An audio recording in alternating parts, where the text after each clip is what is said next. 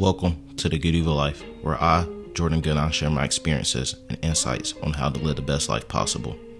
As a NASCAR pit crew athlete, I've learned the importance of training, living, and learning. My passion for sharing my knowledge and life journeys comes from my desire to inspire change and help others achieve greatness in their own lives.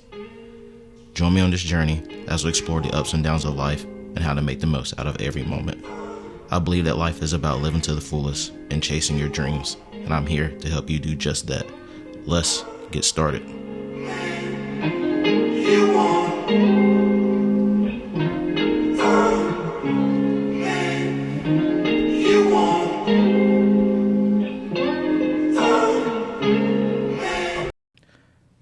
The unexamined life is not worth living. Socrates. In Plato's Apology, Socrates famously stated that the unexamined life is not worth living. The basic thought behind this phrase is that an unexamined life can be seen as a stagnant one without growth, development, and exploration of our own thoughts and ideas. To Socrates, self-reflection was paramount to leading a meaningful and fulfilling existence. This has been echoed throughout history in various ways, from ancient Indian sages promoting introspection to Eastern philosophers pondering life's greatest mysteries. All of these philosophies had one thing in common. They believed that understanding oneself on a deeper level was necessary for true self-actualization. At its core, this philosophy quote encourages us to take a step back and reflect upon our beliefs and actions, and encourages us to ask questions, challenge our thoughts, and explore paths we otherwise may have never considered. Doing so can ultimately lead us to uncover aspects of ourselves which will otherwise remain dormant or ignored, allowing us to reach greater heights of personal development than ever before imagined. By actively engaging in self-examination and reflection, we are able to explore the wonders that lie within, uncovering wisdom unspoken by anyone else but found through inner dialogue. This can lead us to environments where transformation takes place both internally and externally, leading a more purposeful and intentional life than ever before imagined. Ultimately, the unexamined life is not worth living reminds us that living an authentic life requires both consciously examining our motivations, ideals, goals, passions, and anything else that guides our character formation in order to truly develop into who we wish to become as individuals. Hey, what's up, guys? This is the Goodieval Life podcast. It's been a minute since I've done an episode, but today's episode is going to be a really good one. You know, like I said before in previous podcasts, I usually don't get the title before I start the podcast. It usually just comes to me like in the middle of the conversation, but I'm joined with Mr. Mike Curtis, who's a staff sergeant in the Army, and I've always wanted to enlist my whole life. Just being a little kid, that was always something I wanted to do, join the military. And my roommate Ernest, who's also on the podcast with me, or Hollywood Holden, that's what I call him, but he connected me with him, and we were on a FaceTime call about 2 weeks ago, and I was asking Kurt about special forces and just what all does it take to be hardcore and just be one of those guys in the world that just doesn't get afraid of anything. And he simply told me, you just have to want to die before you quit. And that's the title of this podcast. You have to want to die before you quit. And I'm also joined with me, to the right of me, my girlfriend, Tori. She commissions in May into the Army, so she's pretty excited about that as well. So we got two people on this podcast today who are, one's currently enlisted and then one who will be in the military in a few months. And then, of course, I guess I'll just go ahead and say my co-host, Hollywood Holden, because he's going to be on all these episodes with me from here on out. But we'll just get right into it. So first I'm going to start off with just asking Kurt, just tell us a little bit about yourself. What's up, guys? I'm Kurt. I'm from Newport News, Virginia. I lived out there for a little bit, went to Norfolk State with my boy Hollywood Holden over here. Good times.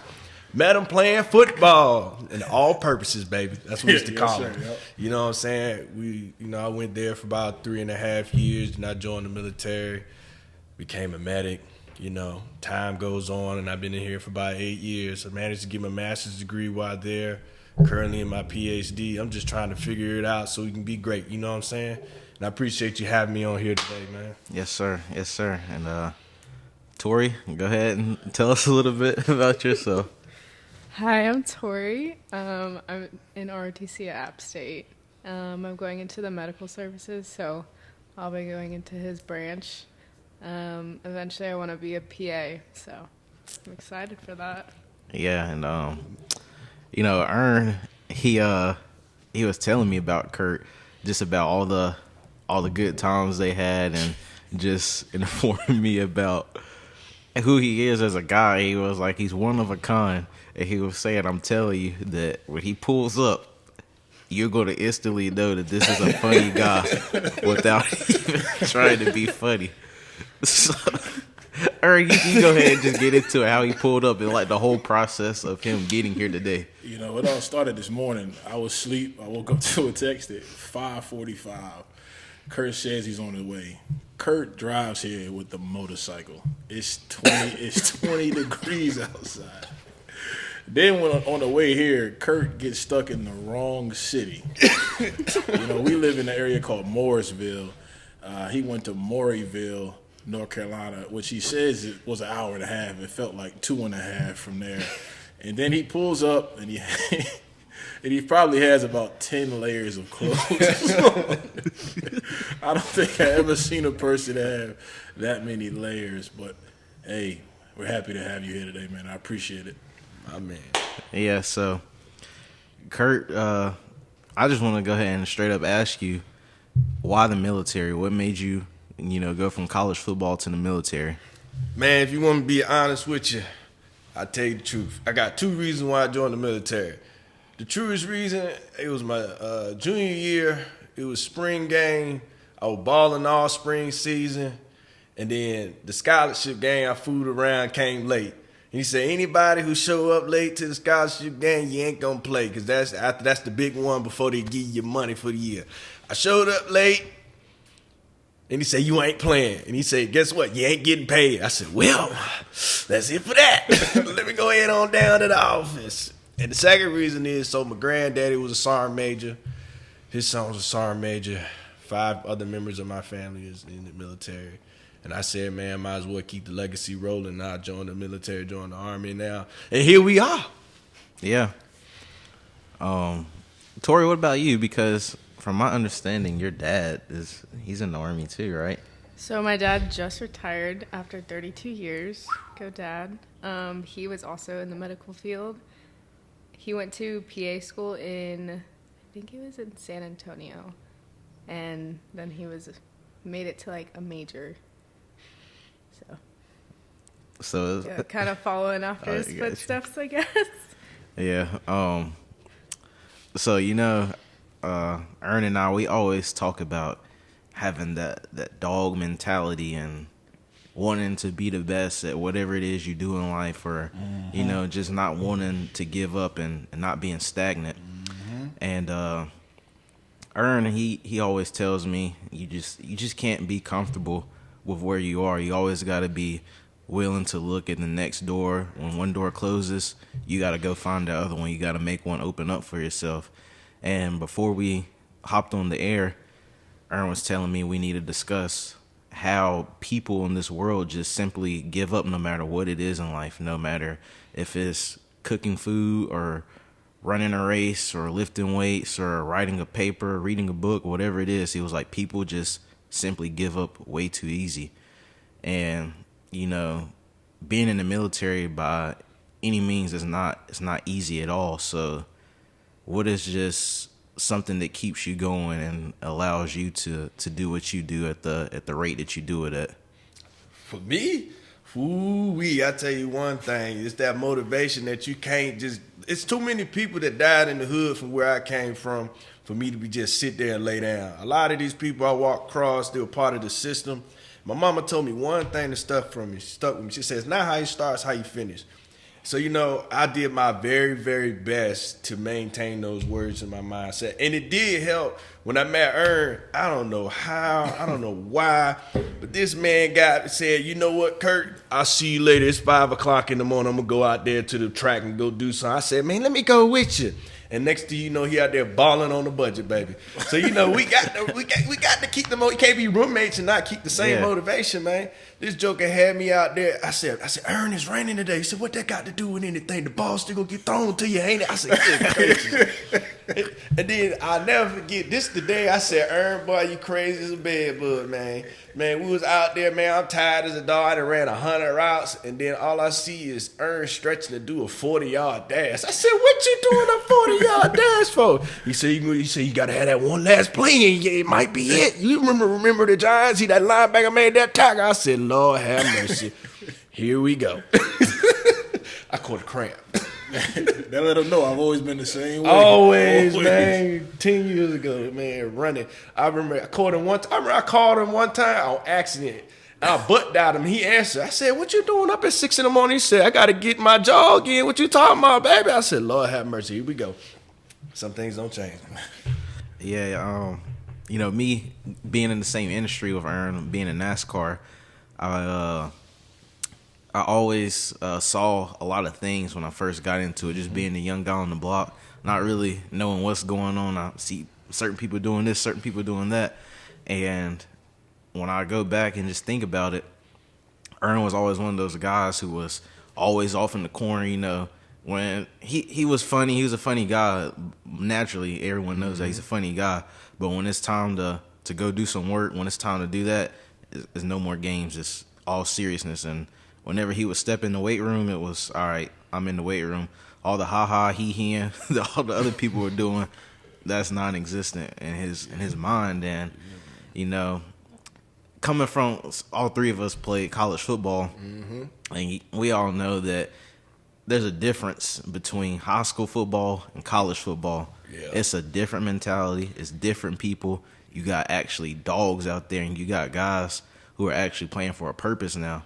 Yeah. And I like to think about that with life because, you know, like you said, the neighborhoods that both of y'all came from, you said not that many people have made it out, and you see some of your same people doing the same things. And when you get to college, you have people like that who come from those neighborhoods, and when you light that fire in them and they're like, you know what, I'm here for a purpose, and I'm gonna go show everybody that I can do whatever I want to do no matter what. It's hard to beat somebody out who is just not gonna quit. Like you said, you gotta want to die before you quit. When it comes to anything like that in life, it's hard to beat the man who isn't afraid to die. Yeah, baby. It's just hard. And Tori, she took me on a ruck, I want to say, two, 3 weeks ago. And the only thing I had was 16 pounds. That was it. What do you weigh, like $150? I'm not telling you my weight. Something like that. Something like that. Around there. Yeah, so what'd you have, a 35 pound? Yeah. Yeah, so she had 35 pounds on. And from the minute we started walking, I'm just thinking in my head, man, why the hell is she walking this fast? That's what, like, she was getting after it. And I was tired. And I was like, why are we going at this pace? Like, I'm just thinking that we're just supposed to have a steady little nice walk, just a stroll. You were just trying to enjoy the views. Yeah, she was like, just, oh, look at the she just got right after it and was going up the hill, marching fast. And I eventually, I never say that I caught up with her. I was always like in her shadow. But I had to literally lock in. Like, I had to stop talking because I had to focus, because I was like, I'm not used to this, and it hurt. And I started thinking about what you told me about how those guys, they're just different in the special forces. And you know, I just started asking myself, like, do you have this in you? Do you have it in you, or what's it going to take? And when does that one day come in life when you like, you know what? This is the day that I change everything about myself. This is the day that I get serious. And, you know, like, when does that happen? When did it happen for you? I'm going to be honest with you, bro. And it kind of go back. I kind of got to go back a little bit. That pride, that natural pride that you got to be better than what you were and to be better than the people that came before you and not to let nobody down that's been in your life influencing you, it's going to drive you consistently to keep a fire underneath you.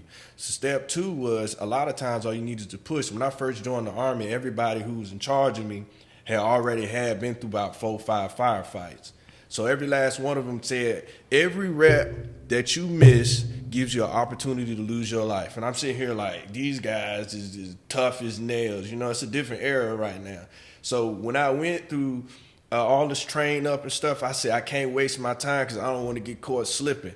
And then one day I said, I want to do this, that, and the third. And you know what they did? They looked me in my eyes and said, you working too hard, so we're going to send you to selection. And I fooled around. And I passed. I was like, Lord have mercy. I didn't pass selection. I'm the best thing since sliced bread. You feel me? Yeah. And then it's been rolling ever since.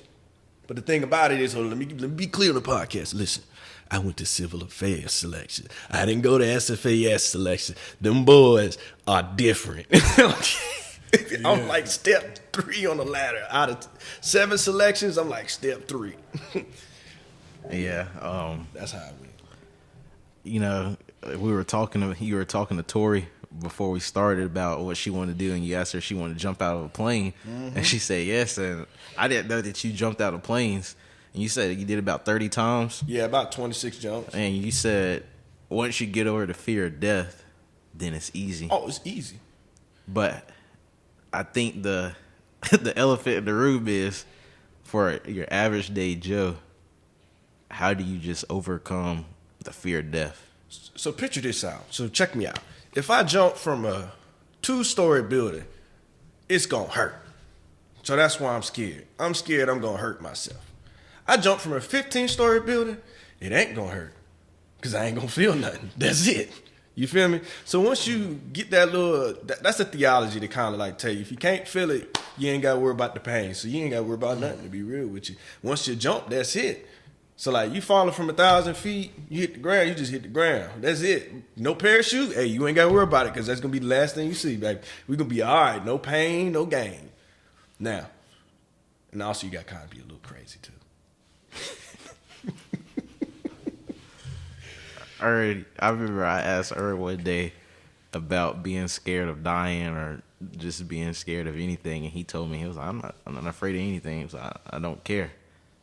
Ern, how did you come to that? You know, when you was like, you know what, I don't care. Whatever happens, happens. You know, like it just comes down, like you said, to I just don't fear that. You know, I mean, because what's gonna happen? I'm just dead. That's it for me. You know, and that's just how I view life. You know, I give everything I got every day, and if I die, you know, I just leave a legacy. But you're gonna say that he always worked hard, he always grinded. And, you know, I don't want to fear anything because fearing things is going to make me delay something. Mm-hmm. You know, like if we play sports, we play football. If you fear something on the field, that's the difference between you getting a touchdown or getting an injury. Yeah. I guess one thing that would be scarier than dying, because I always think about death.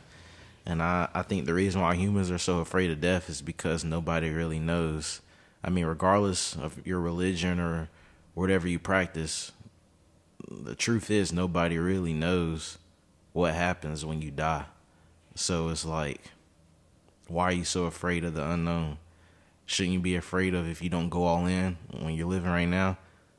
Because when you're dead and gone, you can't go back and change anything about it. So I just don't understand how certain people, even myself sometimes, when I let a day slip by and I'm like, I missed this opportunity to do this, or I was a little bit afraid in this moment and really I should have just went all in. But it's like, how can you continue to let these days, weeks, months, and years go by without living up to your full potential? Because, I mean, why not? I mean, look, man, you got to think about it like this, man. You're going to turn, it's either going to be dead or you're going to be 50. When you turn 50 and you roll over and all your youth gone, you can be like, what did I do with my life? If you ain't do nothing, bro, you're going to be a sad puppy. A wise man once said, there's always a very bad pain to the pill of failure. But if you can't handle that, wait till you take the pill of regret. Regretting is the worst thing in the world, man. You never want to regret, man, I should have went and got that degree. I should have did this. You don't want to. The one lesson I'll leave you with this, I was 19 years old, man. I was still playing college football, but I had a summer job at Amazon. I said, hey, man, let me work some more hours, man. Let me do this, that, and the third. It was a 35-year-old guy, and it was a 55-year-old guy. 55-year-old guy had 30 years of experience. The 35-year-old guy had a 4-year degree. And he got the management position over the 55-year-old guy. And they both came up to me at the same time and said, this is the way life is, man. You got to get the most out of your youth or the people, because once you get to the end, they're going to line you up side by side, say, what did you do? Experience doesn't trump education nowadays. Now it goes hand in hand, because no matter what, if you had to hire somebody, you're going to hire somebody with the education, because you can always teach them experience. That's all I got, man. Yeah. Touching on that and just giving everything you got and the power of regret. I'm sure you know who David Goggins is. 100% Navy SEAL, baby. Yeah, he always talks about how if he dies right now, then he's fine with it because he knows that he gave it his all every single day. Mm-hmm. And he says there's no greater fear than sitting on your deathbed surrounded by all those ghosts who you could have been. Ooh. The greatest athlete, or the doctor, or the lawyer, or the preacher, whatever it is. All those things you possibly could have been are all standing around your bed looking at you because you didn't do any of it. Mm-hmm. You just sat there and you let life go by, and now you got to face that. You just got to die now. You were nothing. And I think for me, being a young guy, I kind of want to do everything. I want to be multiple places at once, but you can't really do that.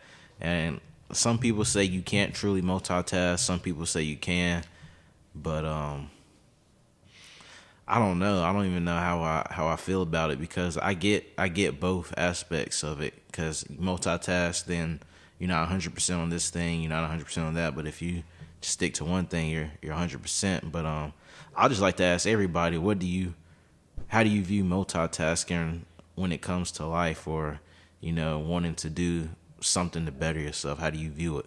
Man, multitasking, I believe you multitask when you know how to do both of them. If you never did both of them before, you need to do one thing at a time. If you cut grass before and you want to start cutting grass business, and you did military before, but you did them at two separate times, you probably could balance both in because you understand it. But if you want to be NASCAR, which is a very difficult field, most people don't make it, and then you want to do special forces at the same time, you ain't never done special forces before, so it's going to be hard to lock in on just that. Now, once you become special forces and then you want to try NASCAR on the side, you might be able to balance it. I never say you can never do anything unless you already done it. That's multitasking for me. How do the other two? How do y'all feel about that? I feel like it comes down to a person's ability to focus. Mm-hmm. Can you focus without being distracted, and can you work around those distractions once they come to you? Because everything comes with a distraction, right? Mm-hmm. That's how I view it. And everybody, like I said, everybody can't focus.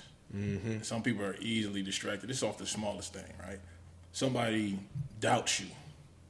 You think about it all night. You're distracted as far as I'm concerned. A distraction, it's a delay. Everything I say is always a delay. So that's how I view it. And I'm a very focused individual. You can't put nothing in front of me that's going to take my eyes off the prize. So like I said, if you can multitask and focus on both things at one time without having issues in between them, then you can do it. But if you can't, like he said, stick to one thing. Mm-hmm. I think with both of those, like for me personally, I'm just going to do one thing at a time, just because I can't stay focused. Like even day to day, like I always have to do like one thing at a time.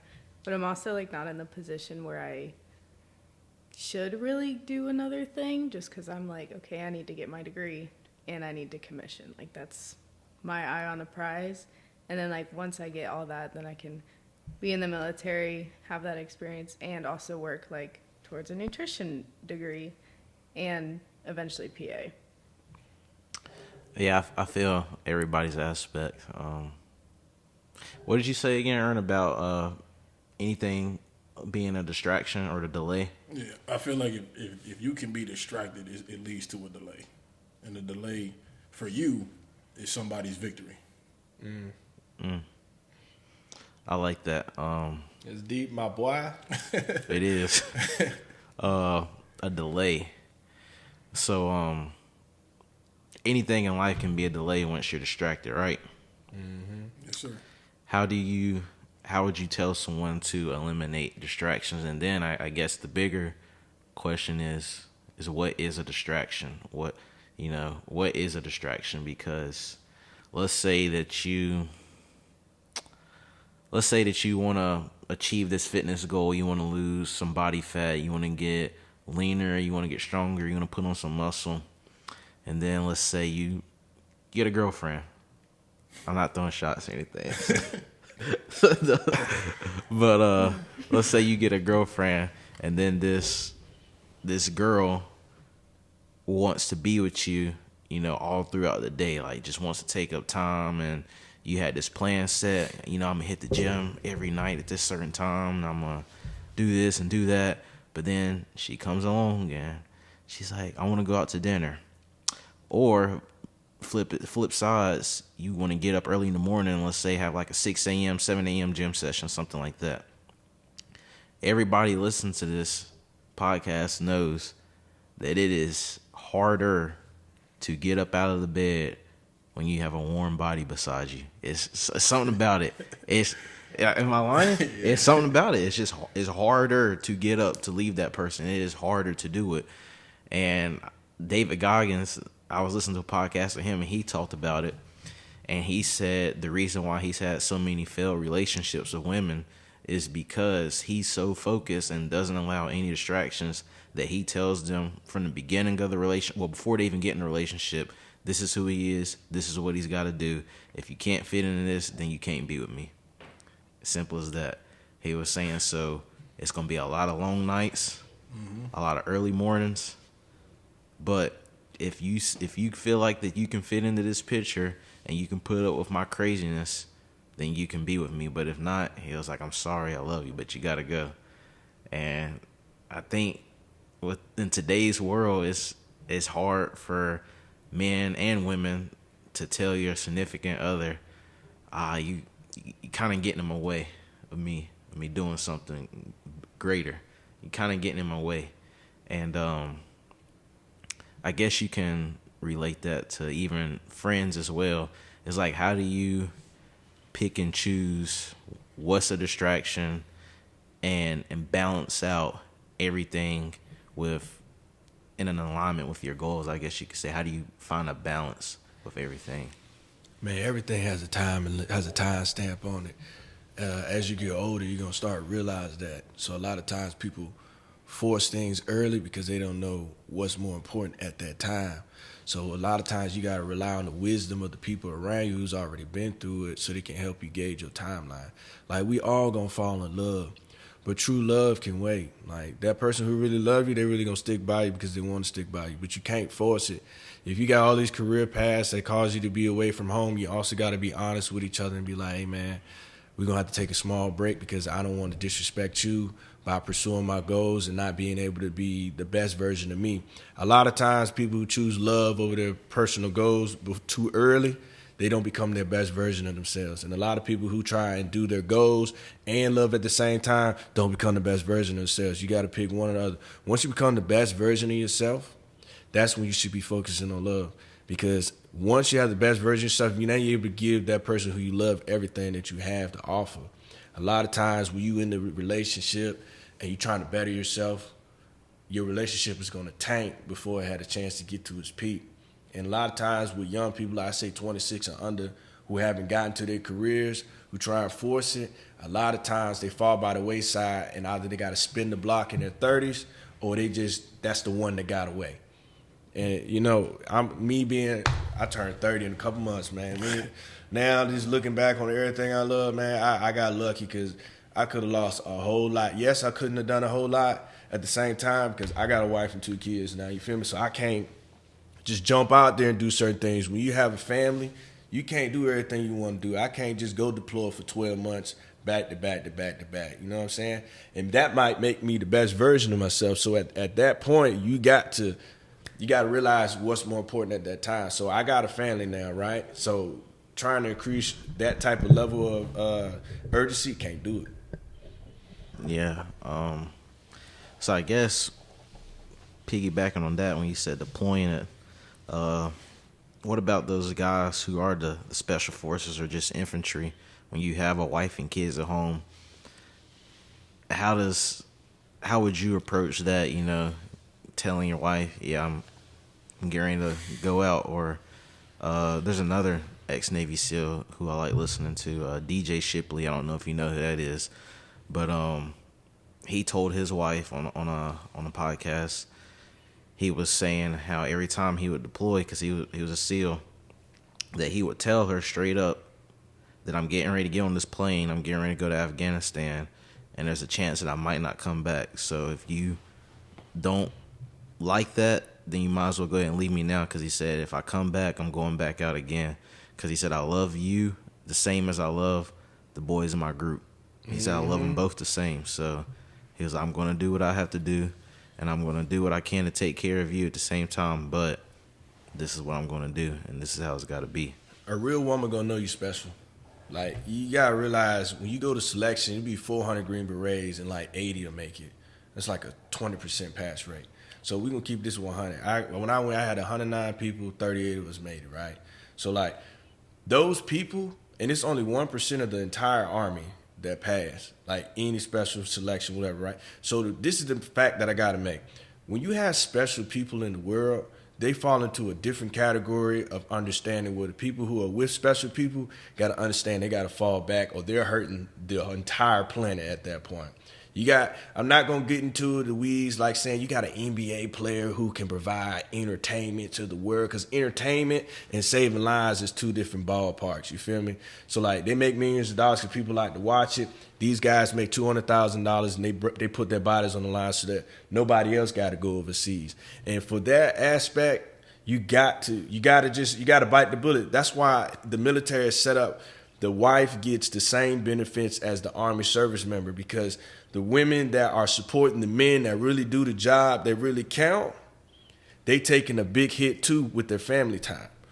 That's why they pay you for losing your time. They pay you for your time. There's nothing in the world that can replace time. The second most loved thing in the world is money. So time equals money. So the more time they out, the more money they get. But no matter what, it takes two special people to understand that. It also takes the kids to understand that. It takes the people outside of it to understand that. When 9/11 went down, guess who was the first boys to go out? Ranger Regiment and SFAS. Them boys was out there, and the Ys already knew. Once the Ys saw the towers blow up, they said, damn. And they said, you know what? Only special people can do this job. And they accepted that. And guess what? Some of them stood together today because they were mature enough to understand that special people got to do special things. There ain't no way around it. Hey, I like that. Special people got to do special things. Whenever we were on that phone call, you were telling me about special forces and some of the crazy things that will happen, or the mindset that you got to have to be able to get into a firefight and, stay calm and stay collected. And on the outside world, there's nothing that I'm going to face right now that's going to be that intense as a firefight. Like, it's just not. And I got to ask myself sometimes, or anybody can ask themselves, the situation that you're in right now can be much worse. So why are you that stressed out? Why are you that scared of doing whatever it is that you know you need to do? Why are you scared to present this presentation in front of this group of people? Or why are you afraid to pitch this idea to this famous person? Why? Just why? Man, I guess that can come down to people just feeling like they're scared of rejection. absolutely. If you got to present something but that's why also, like, you got to almost have the mentality not to put people on a pedestal. Mm-hmm. Like, they could be important, yes, but so are you. So you need to approach them like you approach anybody else. Mm-hmm. And like I said, when a person has confidence, that means a lot. So if I'm an important person to you, you come up to me and you rip this presentation. I'm like, you know what? I like how you came up here, even if it wasn't that good of a presentation. At least you had the moxie to come up here and holler at me about it. Yeah, that's why sports is so important, because it's the stepping stone to get that confidence to push past your limits, regardless of who's watching, who's around you, who's better than you. If the coach tell you to take that shot, whether you make it or not, you're going to take that shot. Mm-hmm. And you're going to face the benefits or the whatever you call it, the correction once you miss it. You know what I'm saying? That's it. But it comes down to what you said. Special people have to do special things. Got to, man. So if you're a person that's taking that shot and the coach believes in you to do it, he thinks you're special to do that. Because everybody doesn't take that shot. That's true. That's like I guess I would say for me is when something in your life happens or a path clears up and you just have to tell yourself, you just got to sit back and reflect. You be like, you know what, God has opened up this door for me because there's something greater on the other side. And I do believe that everything does happen for a reason. And I believe that God places people in our lives for a reason. I believe that God makes certain doors close for certain reasons. So when it comes to special people, it's easy to realize when God has done something for you or something has occurred in your life. And you're like, you know what? This is for me and it's only for me. So I just got to go do it. And I think for me personally, that's when the purpose gets even greater. That's whenever you realize you're like, all right, I'm going to go do more. I'm going to put more effort into this because it's like a higher power, a higher calling that's ordaining you to go do something. And, you know, that just comes with taking chances sometimes too, not being afraid to fail, not being afraid to fall. Mm-hmm. I think the saying is fall down 7 times, stand up 8. It's just not being afraid to fail and never being able to quit. But back to at the beginning of the podcast when I was talking about you gotta want to die before you quit. Ern and I were talking about football conditioning. I was telling them about the spring ball, not spring ball, but mat drills and stuff like that. Man, boy. Yeah, conditioning. Because I don't know. I mean, I've heard a lot of people, like a lot of great runners, like I'm talking about long distance runners, even say, yeah, I don't like running. They're good at it, but they don't like doing it. And the other day I was at the gym working out. This CrossFitter had on an Under Armour shirt. I actually want to get the shirt. I've never seen it, but it said, hate every mile.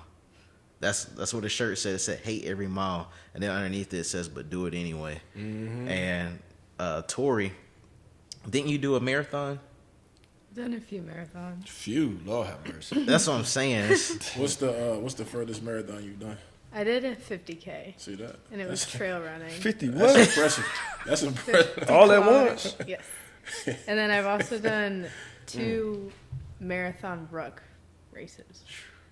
Special people do special And things. see, so I'm glad that you said that. I'm glad you said that because before you came on here, what did she tell us? She told me and Ern that she didn't think she was special enough to be on this with us. That's what she said. She did say that, so I'm glad that you just said that. Because I can tell you one thing, my knees and shins, they ain't doing all that kind of running. Man, I can dang near master the entire HTFT. I ain't running no 50K. It ain't happening. Yeah, and like she'll text me in the morning. Yeah, I had a light run today. I did 6 miles. What? That's that youth. Yeah. Youth. Light run. Yeah, we got to break out the copper fit. Break out the Stretching go 3 miles. Stretching about 15 minutes prior. She just got up and went. Yeah. Shoot, because 1 mile for me, my back started getting tight a little bit. But Tori, what goes through your mind when you're doing these races? Because that's what I'm saying. Like, that's a long distance. So for the rucking ones, I've actually done those all in teams. So like all of us are supporting each other, and I think it's really important to have a support system behind you. One of them, I actually did a night marathon, and no one was there.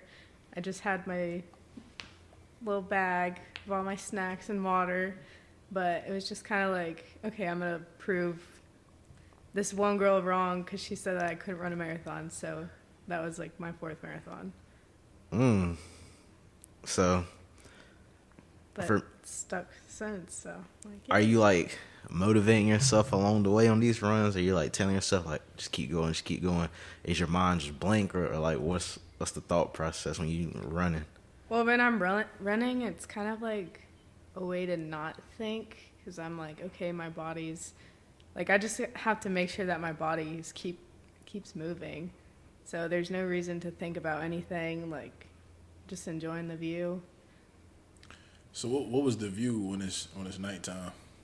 What were you looking at then? Black. Black.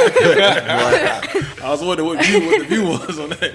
Well, He was running in the black. so it's actually It's it's like, called the Boogie Marathon, and it's not. Boogie. It's at night Boogie Marathon. because they have like the fireflies, and there's like one little patch. It's probably like half a mile long that has a bunch of fireflies, but then the rest of it's just like completely black. Yeah. At one point, I called my mom because I was like, "Mom, I can't do this anymore," and I like threw up on the side of the road. So I finished it. That's good. I was the fastest girl, so For real? Awesome. Yep. Awesome. I bet you when you finished it, you felt good. yeah, I got to sit down, go to sleep. It's like 11 o'clock. Yeah, that's so. Like I was telling when I was telling Erd about the conditioning and running the football. You know, I was telling him whenever you're running, let's say you're running gassers, and you got usually it's 3 groups. You usually got OLDL, then what we called it mid skill. Big skill. Big skill, yeah, basic big skill than skill. Hygiene boys. Running with the linemen, and I said, "Come on, Hyde. You couldn't run with the linebackers with me." Hey, that used to make me so bad when you had them guys that were like in between and they wanted to go run with the linemen. They would have me running with you guys. Remember, I was one of the only linebackers running with the receivers. Remember that we did that? That was a mile. Man, I don't never want to think of that stuff again, man. They were unnecessary. I'll never forget it. He said, "This is Maryland. This is a winning program. We got to be like that." I said, "No, we don't. We can still win without doing it." And it's like, I was telling her when you running in those packs, I said, and like you tell yourself, you know what, I'm usually people be like, you know what, I'm fine with being in the middle because it looks good when you're traveling with the pack. Yeah. Because it's like, okay, all these guys, they're pushing, they going, but really deep down, you want to be the first. Like, you want to be that one finishing, but it's like, are you going to push yourself to go? Because I know me, I'm not a great runner, so especially not long distance, and you got about 8 gassers looking in front of you. You like, yeah, I need to pace this thing out. I'm about to be the first one. Because on that second, because usually those guys who just don't think at all, and you everybody has one of them guys on the football team, they just aren't smart about it at all. First gasser, boom, they out. Second gasser, they still out in front. Third gasser, they in the middle of the pack. They start to creep back. Yep. Fourth gas, they in the back. Fifth gasser, they on the side laying down. We got 3 more to go. They on the side. Somebody jumping the line early. Cramped up. People start sucking their teeth. God, bro. But it's like, I told her, I said, I've never passed out ever in my life. I've never passed out.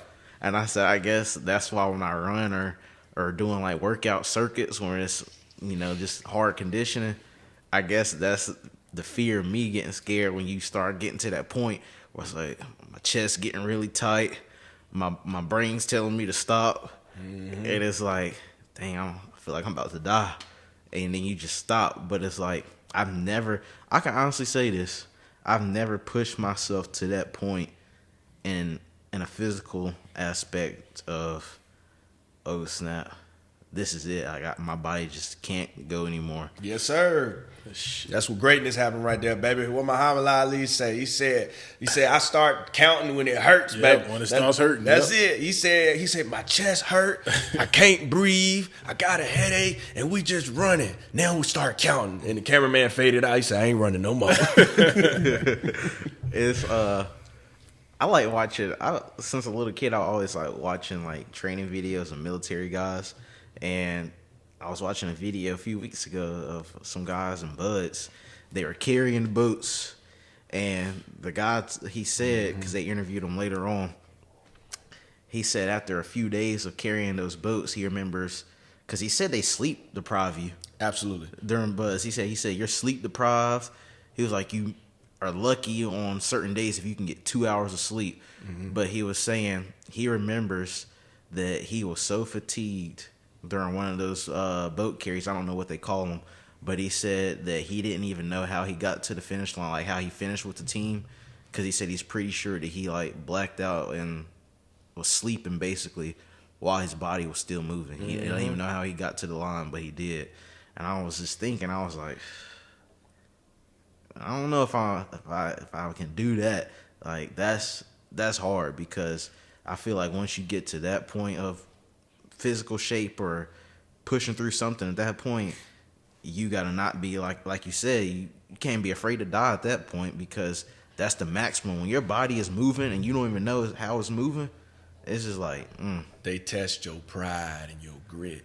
Pride and grit go hand in hand for having created an operator, man. That's all I got to say. They want that guy that's been blown up twice, shot up, and still go complete the mission at all costs. They want them guys that's going to persevere to the end. Because every time it ain't got nothing to do with being in the firefight. Half the time is you got a short timeline to move a crew of people just to give them food and water. And if you slow down just a little bit, somebody went without supplies. It's the small things that make the big things, baby. I mean, the terminology of I don't know means doubt to me. And Kurt, how does the special forces feel about somebody that has doubt? Oh man, they don't. Them boys don't have it. They don't. Look, the motto that they taught me, man, is this, man. We'll figure it out when we get there. Until then, it'll buff. They say that all the time. Be like, what about this? It'll buff. What about that? It'll buff. Why did they say it'll buff? They said it'll work out. We'll figure it out when we get there. The reason why they select you is off of potential. They promote off of potential. They select you off of potential. And a lot of times your mindset is what pushes you forward. And the mindset of I don't know and doubt, that's an issue. That's like I said, that's a delay. You got to believe that you can do whatever is what's going on. Absolutely. You got to trust your trainer. Yeah, and I'm referring this in life in general. I'm not, not speaking specifically on the military. It's like I was listening to what he was saying when he was saying, I don't know if I can do this and I don't know if I can do that. You got to believe that you can do it. Because if you don't, that's a delay. And the delay, like I said, how many people you say make it? So out of 400, if they have a full class of 400, about 75. So the other people are the people that might have doubted. Yeah, it's a lot to go into. A lot of them. So like out of 400 people, 75 failing the first day. First day. First day gone.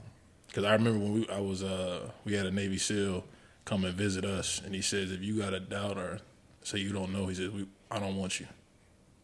He said, simple as that.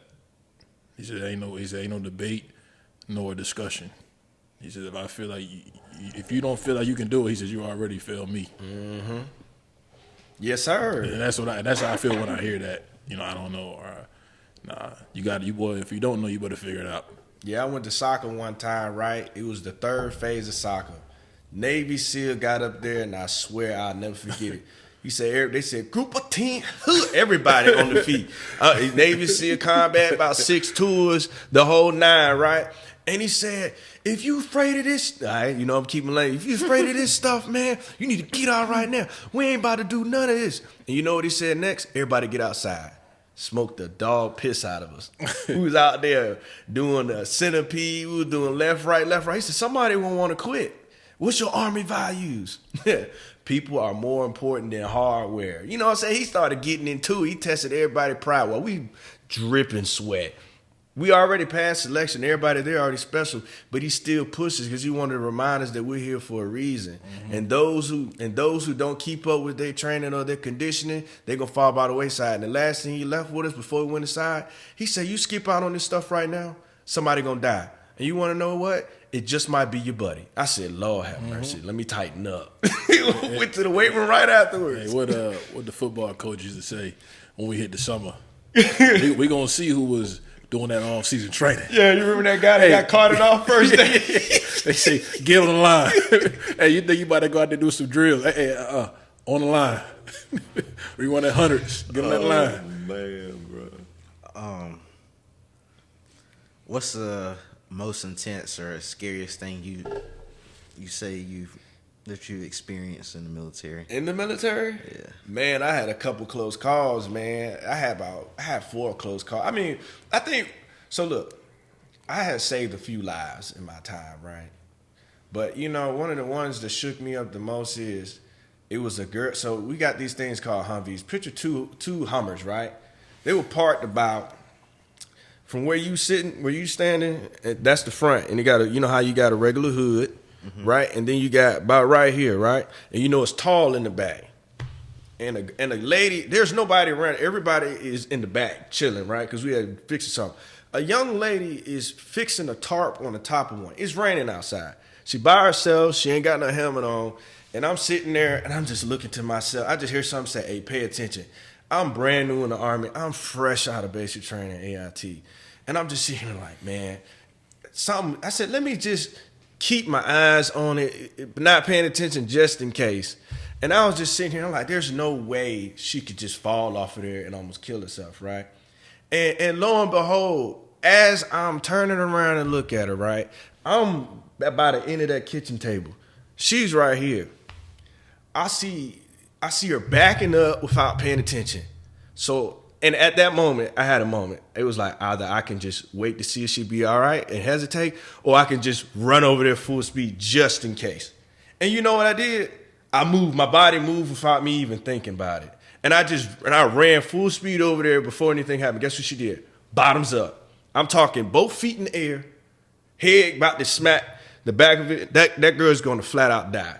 And then on top of that, her boot got caught on the corner of the Humvee. So either way, she was going to hit there, she was toast. And you know what I did? I dove at full speed. True story. Dove at full speed, and I caught her. And I'm going to tell you right now, I was more mad about hitting the dang Humvee than saving her life because I thought I broke my ribs. But guess what I did? I saved that girl's life. And all you see is everybody running up like, oh my gosh, why you do this? Good job, good job. And I'm over here with the screwed up ribs just saying, Lord, have mercy. And she's like, oh my gosh, she's crying. You have to thank you for saving my life. That right there let me know right then and there, you hesitate in life, you ain't going to make it far. Mm-hmm. That's one life that I don't think I'd be able to sleep at night if I didn't move right then and there. Because it's a small thing. She was 21 years old. She would have died off of a basic accident, right? Something like that. And the second experience that I say I truly had, that shook me, and it wasn't even the biggest experience. That wasn't even the most traumatic experience. Like, I watched people die. The second experience that shook me the most was a guy got hit off a motorcycle, right? And I'm literally looking at him, popped off a motorcycle. No helmet, no nothing. Scrapes on his head. He's bleeding up. Unconscious for 11 minutes before he wake up. He's seizing up, and I'm over there like, I got to try and figure out how to save this guy's life. And at that moment, I was saying everything, it's like everything went in slow motion. It wasn't even the aid that shook me. It was every lesson that came to my life at once. It says, how could he have prevented this? Paying attention while driving. Number 2, wearing a helmet. Number 3, taking your time. And 4, not the speed, right? 4 things that we told every day, like don't drink and drive. You know what I'm saying? Don't do drugs. All those lessons came into play at one time, and everything said with a cause, there's an effect. With listening, there's action. With not paying attention, there's going to be a fault. That's the second one that shook me. 1, hesitating, and number 2, prevention. So a lot of these things that you go in life, you already had an answer to it. But it's your choice whether you follow it or not. So those are my 2 experiences. Where have you been with the military? Where all places have you been? Well, so I went to Nogales, Mexico, and I've been about 18 states in TDY in United States. So let's see here. I didn't go overseas or nothing like that. I went to Tampa Bay, Florida. I went to Orlando, Florida, on the military's dime, by the way. Charlotte, North Carolina, here 45 days. It was a great time. I went to Tucson, Arizona. I went to Phoenix, Arizona. We went to Fort Sill, Oklahoma. I went to San Antonio, Texas, Fort Huachuca, Texas. I done been to Baltimore, Maryland. That was pretty dope, too. And I'd have been about 4 other places. I just can't put my finger on it just right. Oh, Savannah, Georgia. I've been to Fort Benning, Georgia. And then I've been to Fort Campbell. I've been to all of those places so far. What's your favorite place you've been to? Charlotte, North Carolina. Charlotte, so right here. Charlotte, 5-star hotel, $1,000 a week, extra amount. Beautiful. Can't go wrong, bro. Tori, what bases did you pick for your top choices? So I chose a base in Hawaii. I chose Fort Liberty. I know I put somewhere in Colorado there. I put Grafenwehr. which is where my parents live. And then I think I did I know I did a few Germany ones. I know I did an Italy one, and then I think Alaska. What are the chances of people getting what they pick? If she put Fort literally 99%. Yeah, If you and I did Fort plane. Liberty just because it has the airborne. I say Fort. That's a you at, Kurt, isn't it? Yeah. Fort Liberty. It's Bragg now. It's back Yeah, I to was saying it's Bragg now. Fort Bragg, yeah. Fort Bragg is the best first duty station to go to. I don't advise you to stay there the entire time because you won't get the full Army experience. Mm-hmm. So I go there first duty station and then go wander off for a little bit because they're going to bring you back. Yeah. So it would also be nice just because, my siblings live in North Carolina.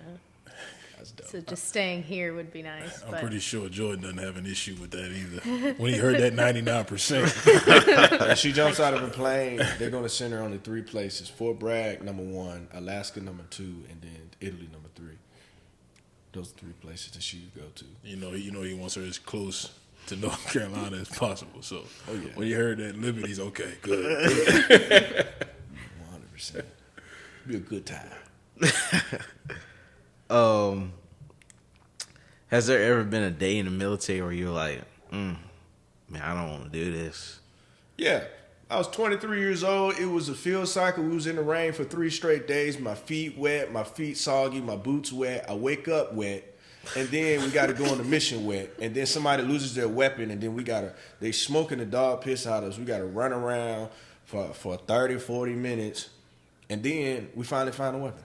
It just made me not want to be there. Imagine going to sleep wet. Yeah, that's got to be tough. You can't get dry. Yeah, for 3 days. you in a sleeping bag with your shoes off, your feet wet, so your underwear wet, and you just can't get warm the way you want to. Yeah. Can't get your hair wet. You wipe your eyes with water, and you're just sitting there like nothing you can do. And then the second time, I was just like, I didn't want to be here. Like, I don't care about the workload. I'm talking about the weather conditions is the only thing that make me want to fold sometimes. It is 2 degrees. It's January. We're deploying to go to Iraq, getting ready to go to Iraq. And a soldier and the platoon sergeant comes in, I want my tent clean as possible. You better not have nothing in this walkway when I walk in this joint right now. Roger, sergeant. Everybody clean. Everybody got their stuff going, right? I'm about to make sergeant right now. I got my stuff tight. I'm like, oh, yeah, I'm doing this thing right now. And yeah, like everybody good, nobody trouble. It is 6 a.m. It is almost -2 degrees. And we already in the heat. I'm still in my shorts. My little shorts and my T-shirt, damn near my drawers, right? Everybody in their drawers and stuff, right? And I lie to you not. The platoon sergeant walks out. I mean, I swear to God, for like probably 2 minutes to this day. I thought, because he just went to go check the heater. And a private, that's a brand new troop.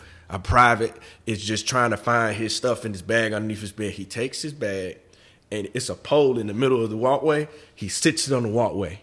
And as he's sitting it on the walkway, platoon sergeant walks in.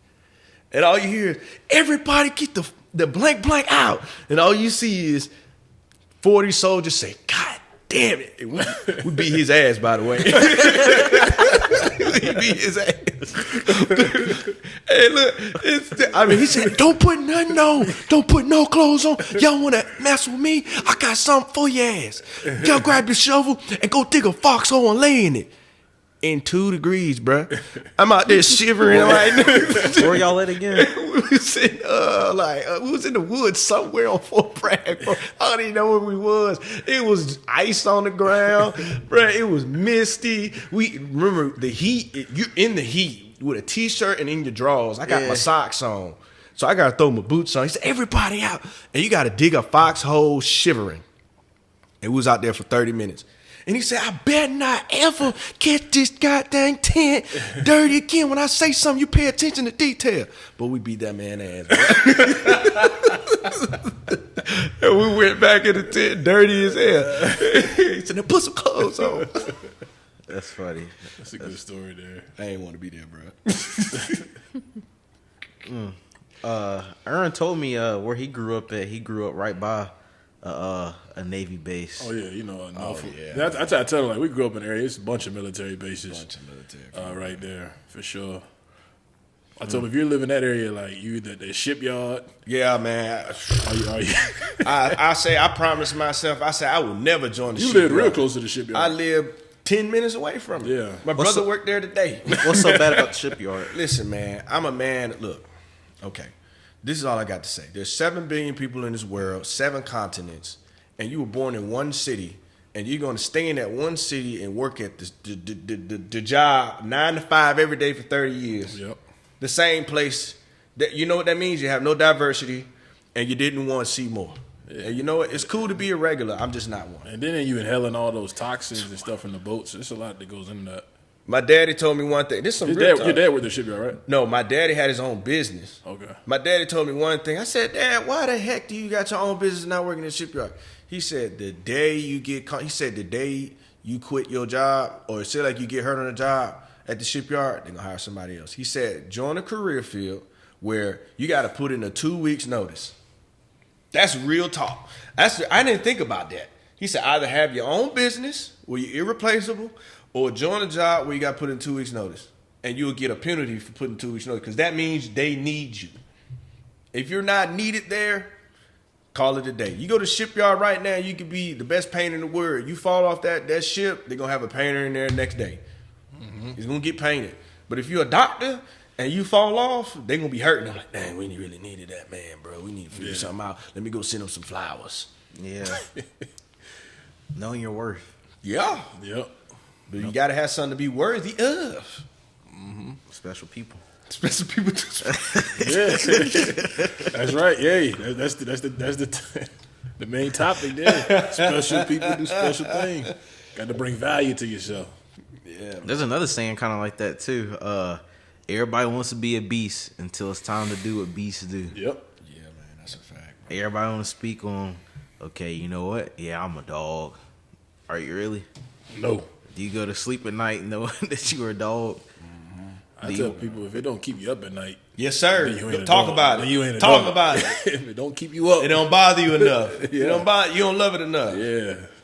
Shoot, when I passed selection, I was sitting here like, bro, my homeboy didn't make it. What the hell could he have done differently to make it? He was a better man than me. I said that to myself. Me and my homeboy right now, homeboy stayed down the street from me.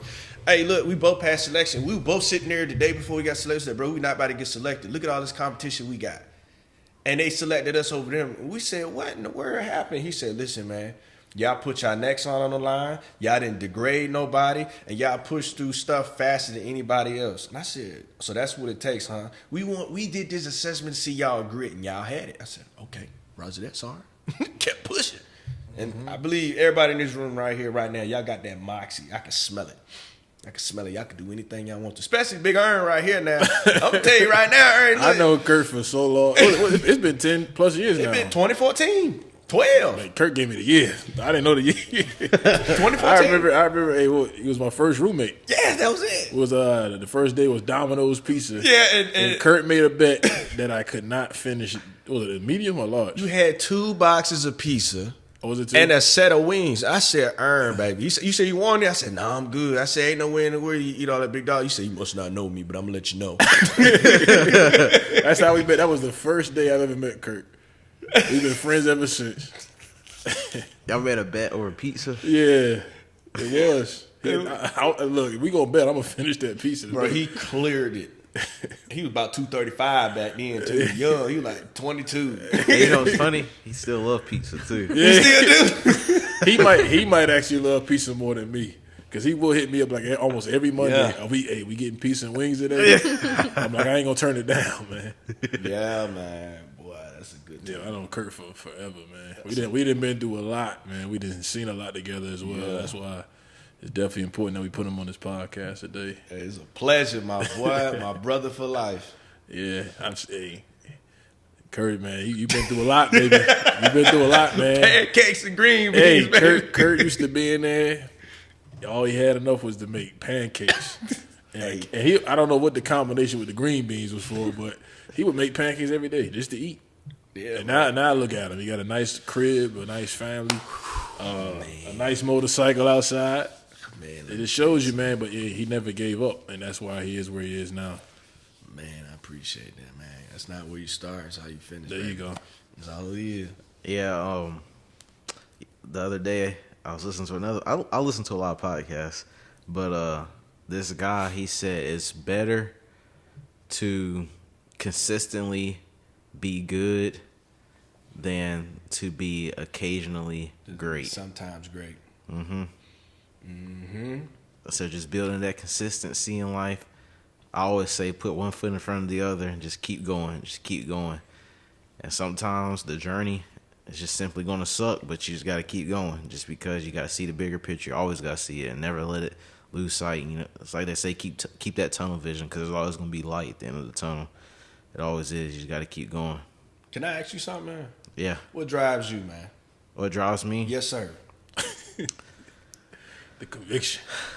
I guess what drives me is my dad, seeing how he grew up, seeing what he came from, and I see him as a hero, from him not having a father to him raising me and my brother the best way that he possibly could, and just giving us everything that we needed to be great. So I feel like I would be doing him a disservice by not being the best that I could possibly be. That's what drives me. Let me ask you a question then. If you could tell your 5-year younger self something, what would you tell him right now? 5-year younger self? Right now. He was like, what, 15? Mm-hmm. 5-year younger young self. fella, baby. If I could tell my 5-year younger self something right now, I would say be you and don't be someone for somebody else. Okay. Because that's good. Throughout my whole college career, I struggled with an identity crisis of, because here's what happened. I ended up going to the same college my dad went to. Okay. Played the exact same position as him, wore the exact same number as him. Okay. He's in the Hall of Fame. I wasn't even a starter. So I had a whole identity crisis of, dang, I was never like my dad, because my whole room when I was a little kid was decorated all my dad's college stuff, because I always used to say, I'm going to be just like my dad when I was a little kid. Never was. I wasn't that great at football, so I struggled with that for a long time, of trying to be this guy for him. I just need to be myself. My calling ain't football. Simple as that. It wasn't football. Something else. That's all right. You understand that, and what you doing? You putting that grit to find what you got to do, right? So I'm gonna say this and respectfully ask you this: what is your heart telling you what you want to do right now? You'll say that for next time. That could be a whole nother episode. Say that for next time. Yeah. Well, I thank you, Curtis. I thank you, Tori. That was a great episode, and we're gonna get this put out very soon. But that's it. That's all I got for you guys. And as always, this is the Goodieval Life, and always training, living, learning. Have a blessed one. I've been running late, I've been tempted fate, I think I lost my way, my mind feels like a stranger, I can't seem to take it when you all seem to